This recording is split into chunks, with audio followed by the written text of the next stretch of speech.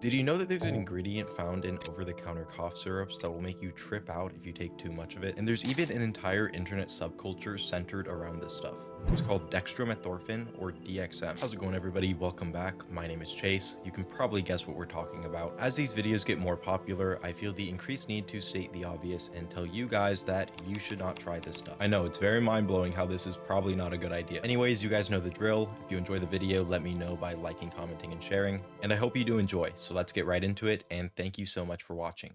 So first off, what is DXM? DXM is a cough suppressant found in many different over-the-counter medications, most notably Robitussin. At recommended dosages, DXM suppresses the cough reflex, as you probably could have guessed, but at much higher recreational dosages, DXM acts as a dissociative and produces effects similar to things like ketamine, though it has a reputation of being dirtier because of its more pronounced side effects like nausea and confusion, and after effects like brain fog, derealization, and an impairment to short-term memory. Recreational use is often referred to as robo-tripping, which obviously stems from Robitussin or dexing. Now, not to be the fun police or anything, but the nicknames kind of downplay the potential serious consequences and dangers of using this stuff. That, combined with how readily available this stuff is, lead a lot of people to believe that it's safe and not really take it seriously. We'll get into the potential risks in a second, but first I want to go over the plateaus.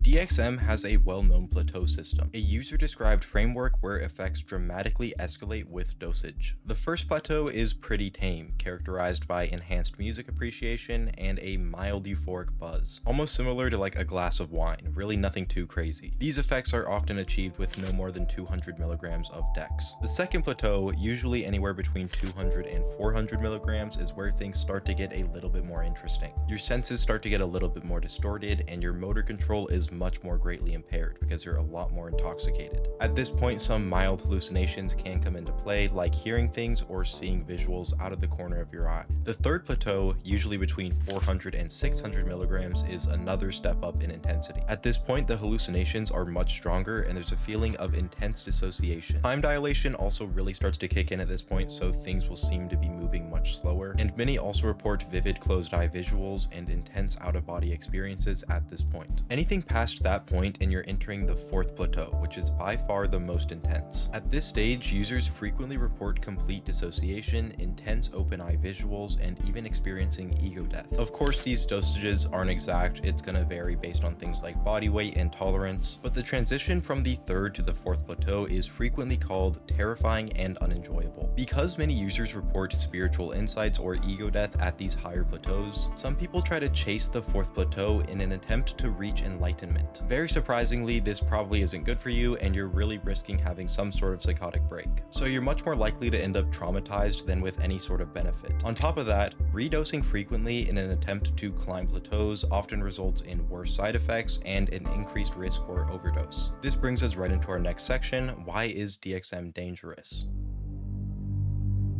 Now, as far as OTC substances go, this one is on the less damaging side, especially when you compare it to something like DPH. This stuff is just way less damaging, but like I said earlier, it seems like a lot of people are under the impression that this stuff can't be dangerous or that there's no risks involved, and that's just not true. Long-term use is associated with memory impairment, reduced cognition, and emotional blunting, and users also frequently experience lingering feelings of dissociation and depersonalization, as well as brain fog, and these side effects can persist for months or longer even after quitting. High doses of DXM also put strain on your liver and kidneys, which leads to potential organ damage with repeated use. High doses also put you at risk for developing serotonin syndrome, which has a laundry list of effects like anxiety, agitation, increased heart rate, high blood pressure, seizures, muscle spasms, and the list goes on. It can even be life-threatening in severe cases. Most fatal incidents involving DXM come as a result of mixing it with other substances or underlying health conditions. But this doesn't mean that it's harmless or safe, and fatalities from DXM alone have occurred, although they are rare. Internet subculture. Recreational use of DXM has been reported on as early as the 1960s, when DXM replaced codeine in over-the-counter cough syrups. But its popularity really began to take off on forums like Eurowid and communities like r/DXM in the 2000s and 2010s. The DXM subculture is fringe,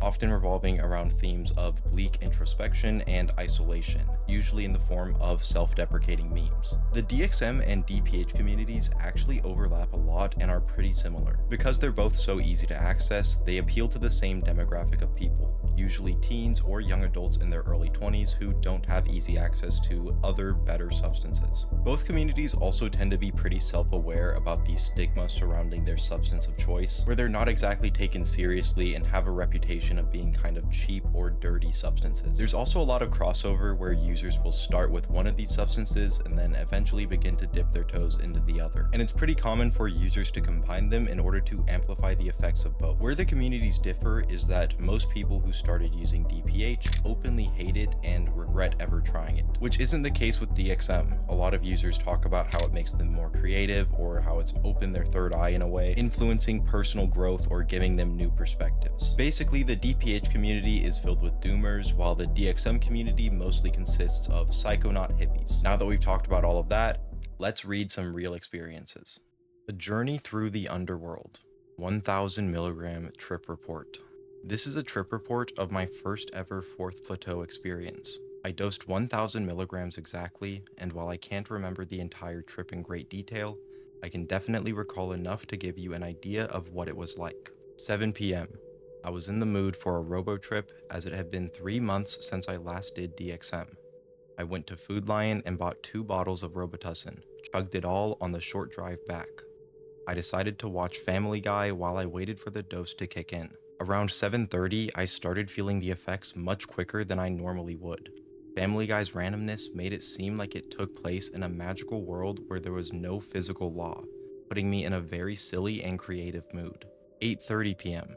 So imagine starting at a mid-3rd plateau trip and then realizing that you are continuing to get higher and fast. That was what I felt. I definitely noticed it, but wasn't worried as I am experienced with all sorts of hallucinogens, and have never had a bad trip due to my mental fortitude. Now the timestamps I'm giving from this point on are estimates, because as with most higher plateau trips, time becomes completely irrelevant and incomprehensible. 9 p.m. Playing a game seemed like a great idea, so I booted up BioShock Infinite, my favorite game of all time, and started from my last save, which was somewhere early in the middle of the story. The world was engrossing and immersive to the point where I looked into the screen and forgot that there was a room around me. Having a surround sound system probably helped in immersing me. Fighting waves of enemies was much harder than usual, so I had to play strategically and efficiently, which made it all the more rewarding to get to the next area. The story became so emotional that I almost teared up at points, and I've already beaten the game a couple times. But fast forward to an hour later or so, and I noticed that the game started to become very robotic looking, almost like the characters were puppets being manipulated by some invisible force rather than being well animated. This was almost uncomfortably uncanny and turned me off greatly from the experience, as it started feeling way too bizarre. 10 p.m. I needed a smoke and went out to the patio to kill off my last 3 Newports. I couldn't feel the smoke entering my lungs due to the physical dissociation, but I definitely felt the effects of the 2 substances interacting. All of a sudden, the letters on my screen started moving up and down and zooming in and out. I listened to NOFX and the music caused a colorful and glowing purple haze to circulate all around my field of vision. I then had the idea of writing a trip report, but soon realized I was in no condition to write properly. 10:30 p.m. It hadn't stopped escalating, and I was getting more and more detached from reality very quickly. I went to the bathroom and sat on the toilet for a long time. I wasn't using it though. I think my reason for going in there was to calm down in a smaller room. I was just sitting down and taking in my surroundings when the bathroom suddenly became a box hanging on a hook attached to a light rail transport system in Aperture Labs from Portal 2. I obviously could not do anything to prove my suspicion, but that was what it felt like from the inside. 11:30 p.m. I was done sitting on the toilet and took a good look at the mirror only to find that I was not myself. I looked at my reflection and saw not a body, but a creature that was the cage in which my spirit was trapped. This realization put me into a state of dissonance. My body is nothing without the soul, but the soul has no need for my body. I somehow came to the conclusion that I was no longer in the same world, or a world for that matter. I could only assume that I was on a spiritual plane where all sorts of spirits took the form of or were trapped inside vaguely familiar objects. I say vaguely familiar because a lamp could morph into something similar but different. I'm not sure how else to explain it, honestly. 12 a.m. I decided to lay down in my bed and listen to music. Anyone who is familiar with third and maybe second plateau trips can tell you that music can cause the room to shift or dance. It was the same here, but to a much more intense degree. Even with the lights on, my room would transform into various locations and worlds. I must have stared blankly at the wall for at least an hour. 1 a.m. Still unwilling to fall asleep, I had the brilliant idea to go for a walk around the neighborhood. I saw an owl perched on a street sign and assumed it was a very vivid external hallucination until it looked at me for a second and flew off, almost causing me to freak out majorly. After that, I began paying attention to the trees around me, and from that point on, nodded my head in respect to every group of them that I passed, as I assumed that they were ancient gods, given their tall stature and worn brown appearance. I'm in the underworld, I said to myself. It only made sense given that there were spirits trapped in objects. 1:45 a.m. I had made it home and my heart felt like it was about to burst. This almost freaked me out, but I kept my composure and moved towards my bed. 2 a.m. I had been lying in bed for a little while and decided to finally turn off my lights and get some sleep.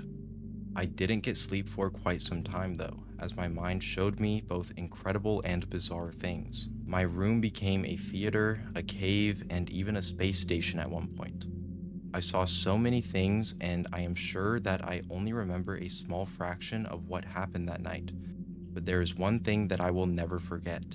I listened to meditative music and the walls lit up with bright purple zodiac symbols. I heard whispering from all directions, and then a spirit appeared to me. He appeared in the form of a monk's robe, black and stretched out as if someone's body was filling it, but it was hollow. Initially startled, I hid my face from the spirit. I eventually found the courage to get a better idea of what this entity was. What ensued was a conversation not through words, but from sharing our energies with one another. I blacked out shortly after his departure. I'm sure it was genderless, but his or he feels right to me for some reason. 11 a.m. I woke up feeling groggy, and I was still having some minor to moderate visuals. The rest of the day was lazy and went by in the blink of an eye. As you can tell by now, this was an intense experience and a dangerous one at that. I'm glad I took the trip at night rather than in the day because it made the visuals all the more intense. I also could have been arrested if someone saw me. While I had a very enriching and wild experience, I would not recommend it to anyone without lots of experience, and even then I'd warn you to be prepared. It isn't necessarily a pleasurable or fun experience, so take that into consideration if you plan to trip on the fourth plateau. Is this what brain damage feels like? I have tried out DXM twice before, first aiming for the first plateau as described in the FAQ, then somewhere in the lower second plateau. Those two previous experiences were nice and easily controlled, so I figured I'd try for a bit higher this time. This dosage would have placed me at the top end of the second plateau, maybe slightly into the third, although in hindsight the long-lasting syrup must have had a much more potent combined effect, making me go higher than anticipated. This experience did not start off the way the others did at all. To begin with, there was little or no buzzing sensation. The first thing I noticed was difficulty walking and coordinating. Closing the garage door nearly made me fall over.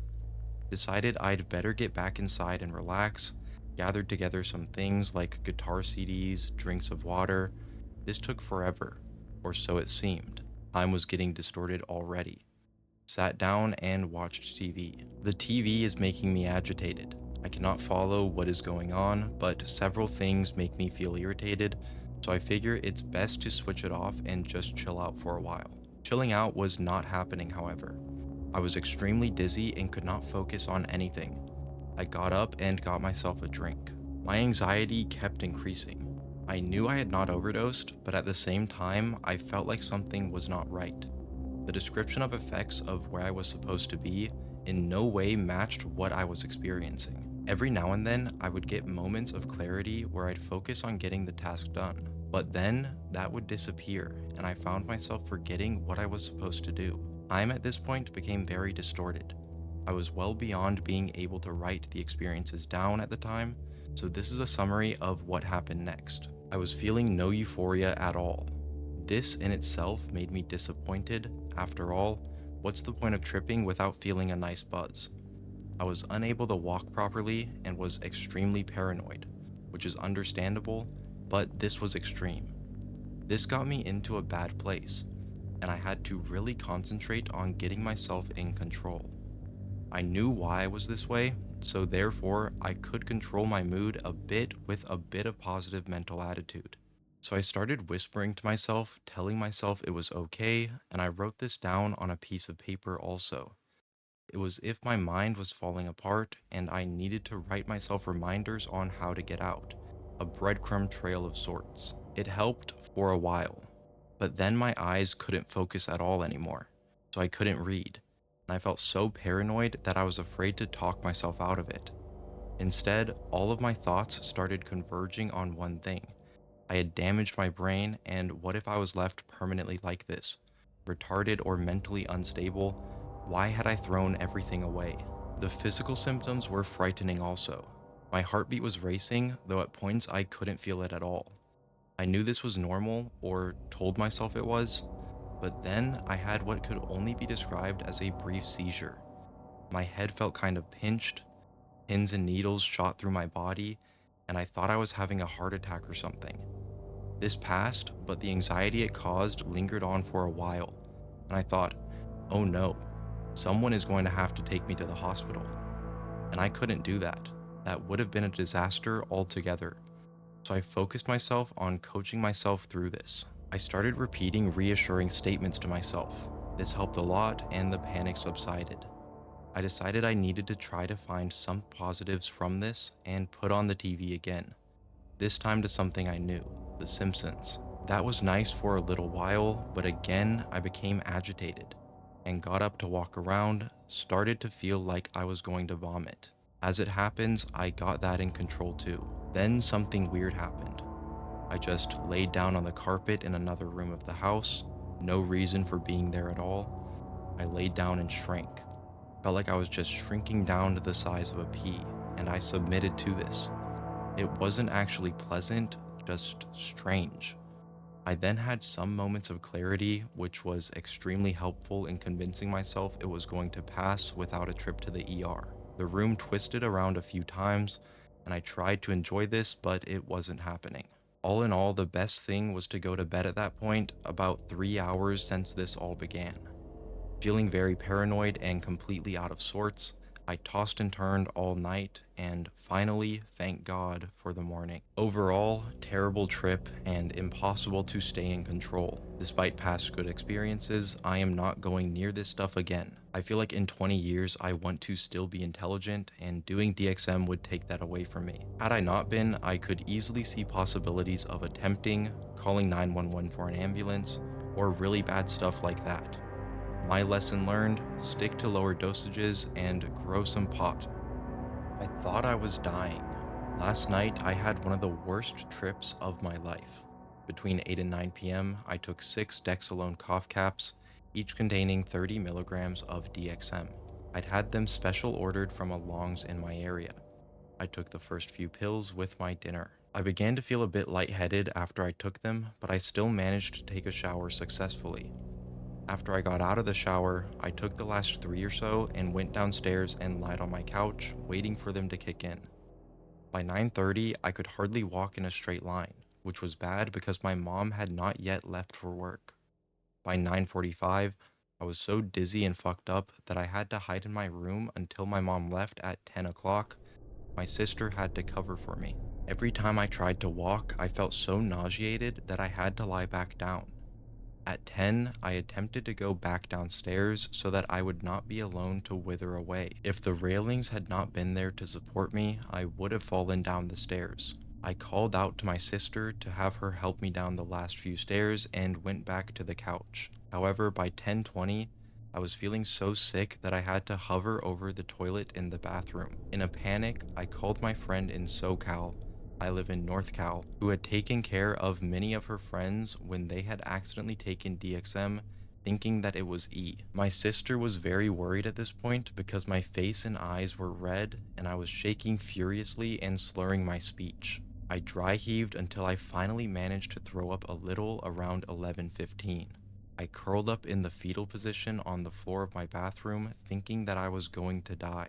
I could feel myself being poisoned out of reality, and I could feel my body starting to shut down. My breathing was greatly depressed, and I warned my sister to not let me stop breathing. I began to feel dissociated from my body.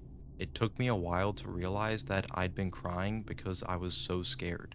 My friend kept reassuring me that I wouldn't die because I hadn't taken a fatal dose, while my sister kept bringing me water. I sent her upstairs to get online and go find out how long the trip would last. For the first time in my life, I was truly frightened that I would die, and I abandoned all pretensions that the concept of death didn't bother me. I realized that I would rather continue living my boring life than die, and realized that my family needed me. At around midnight, I hung up with my friend and returned to the couch, bringing the trash can with me. My vision was splitting into double or triple vision. My sister returned upstairs for a while to consult her DXM dealing friend online to figure out what to do with me. I had her play music on the computer for me.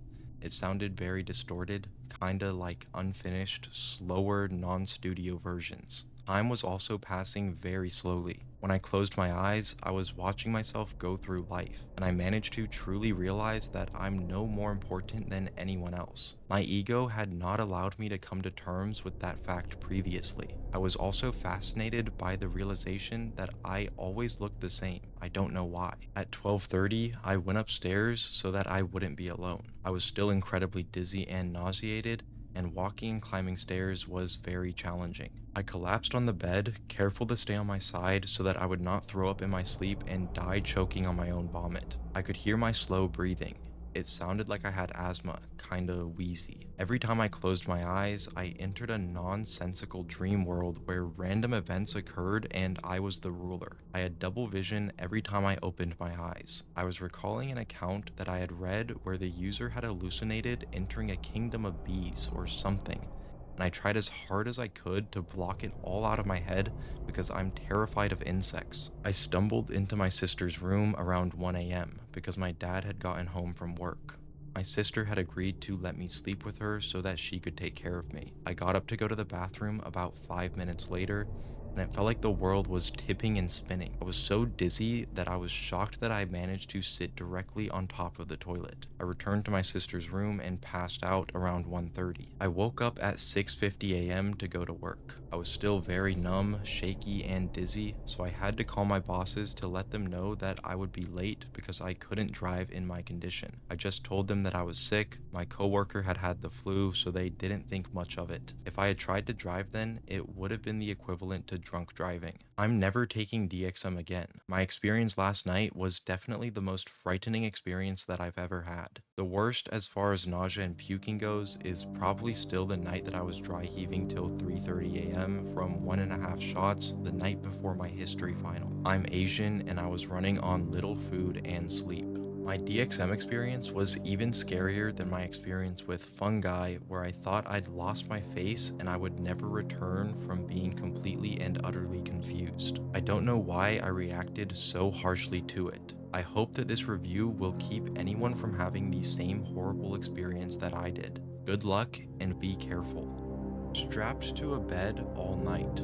Okay, I have done DXM before alone a few times and thought it would be fun to try it with a friend. I'll call him L. We both drank 2 4-ounce bottles of Robo at about 9 p.m. The plan was for my friend to stay over at my house for the night, but when my mom came to pick us up at the mall, she informed L that his mom wanted him home that night and L needed to tell her how to get to his house.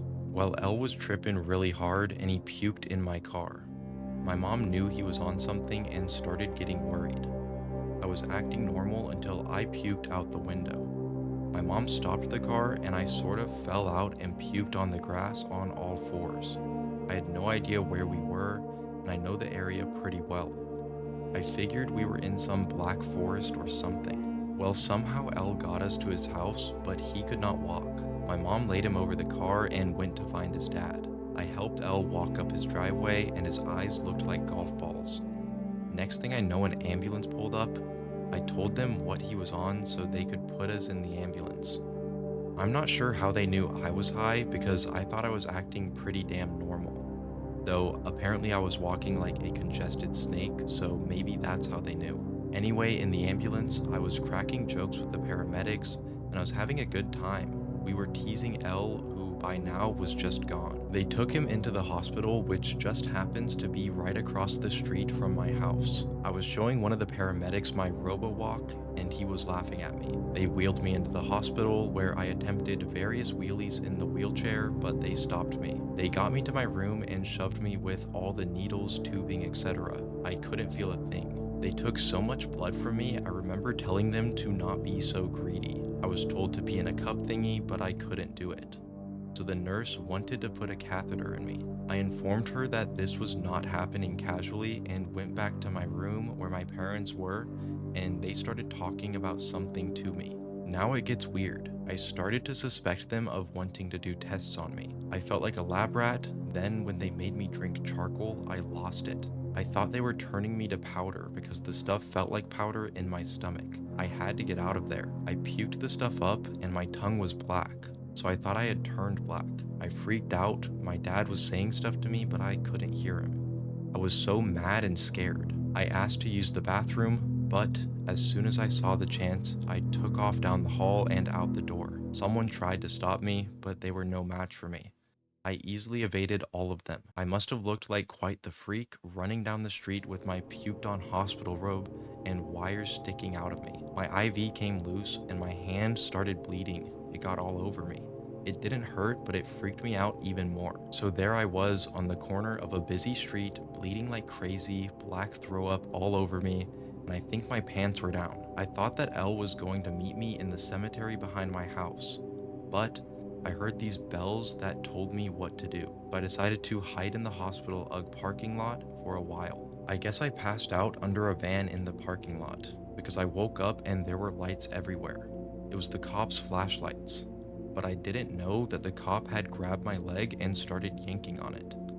I was stuck though, so I kept hitting my head when he pulled. A lady coaxed me out and they led me back to the entrance. When I saw it, I flipped. This is what went through my mind. She lied to me. They said they would help me, those bastards. They want to take me back and kill me. I had to escape. I began thrashing around wildly, kicking and yelling. They had so many cops on me, but they couldn't stop me. Finally, they beat my little ass and strapped me to a bed where I spent the rest of the night. For some reason though, none of it mattered.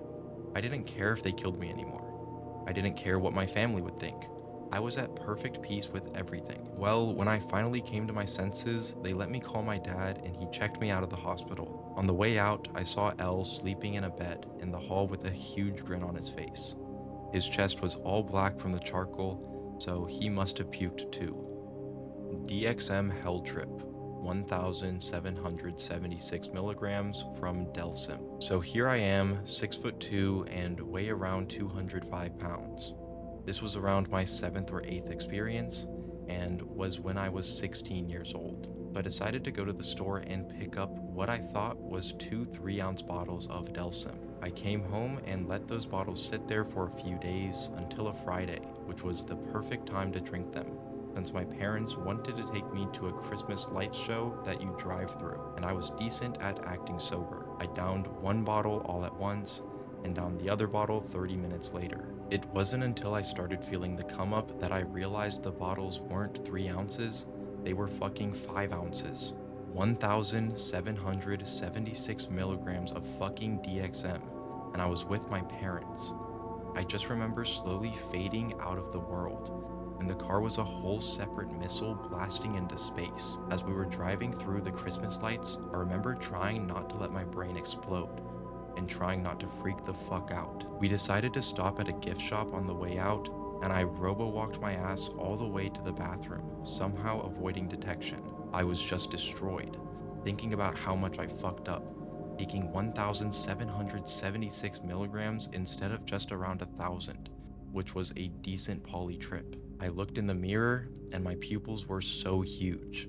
They reminded me of black holes and I got scared just looking at them. So then I started robo-walking back to the car and just stared right in front of me until my parents came back. On the drive home, they kept asking me questions. They didn't suspect I was fucked up or anything, just conversing with me like normal.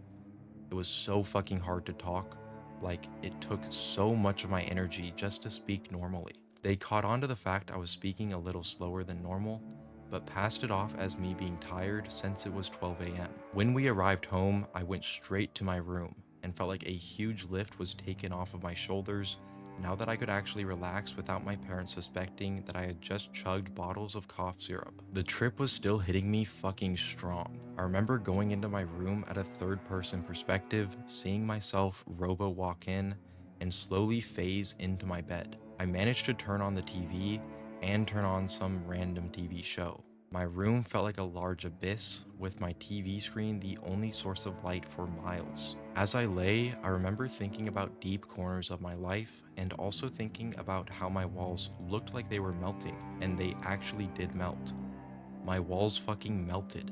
It was the coolest thing out of this entire hell trip. So I don't remember drifting to sleep, but I somehow managed to. I woke up the next morning to go to church, but the trip barely faded. I was still sitting at 80 to 90%, except now my vision was fucked. If my head wasn't completely straight, and I turn it slightly to the left or right, my vision would warp into two separate sights. It's very difficult to explain. I robo-walked even worse around the house, feeling somehow I got even more intoxicated than the night before. This day was slightly different. I could think better and speak better, but my motor movements were worse, and I couldn't see shit. This time, my parents picked up on it. On the drive to church, we parked and stopped. My mom turned around and said, "Hey X, you know we love you, right? And you know we want what's best for you, right? I know you're on something. Would you like me and your father to take you to the hospital so you can feel better? You don't look too happy about it." This in turn made me immediately shit my pants, and I dodged and lied. "No, Mom, I'm fine. No, Mom, I don't do fucking coke, okay?" She thought I was on coke for some reason. She said that she looked at me, one eye was normal, but the other eye, my pupil was the size of a black hole again. I robo-walked my ass over to the youth center as normal and sat there tripped the fuck out at church, explaining to my friends what the fuck I was on. They helped me out of it, thankfully, giving me some tips on how to look like I wasn't fried. The rest of the day was very foggy, but I remember that each day the trip faded out more and more. I also remember that I wasn't really sober until about a week after first drinking those 2 bottles. From that day on, I always double checked the size of my bottles because that was some crazy ass shit. It would have been way better if I didn't have to act sober for 3 days straight. Everyone, please make sure you're doing this correctly. If not, this is a very easy situation to get into. That's all for today. I hope you found this video educational in some way or at least entertaining. If you did, don't forget to like, comment, and subscribe to make sure you don't miss my next video. As always, thank you guys so much for watching, especially if you made it all the way through. I say it every time, but it really does mean a lot to me because your guys' support is what allows me to spend my time making videos like this. My name is Chase. Again, one more time, thank you so much for watching, and I hope to see you again in the next video. Peace.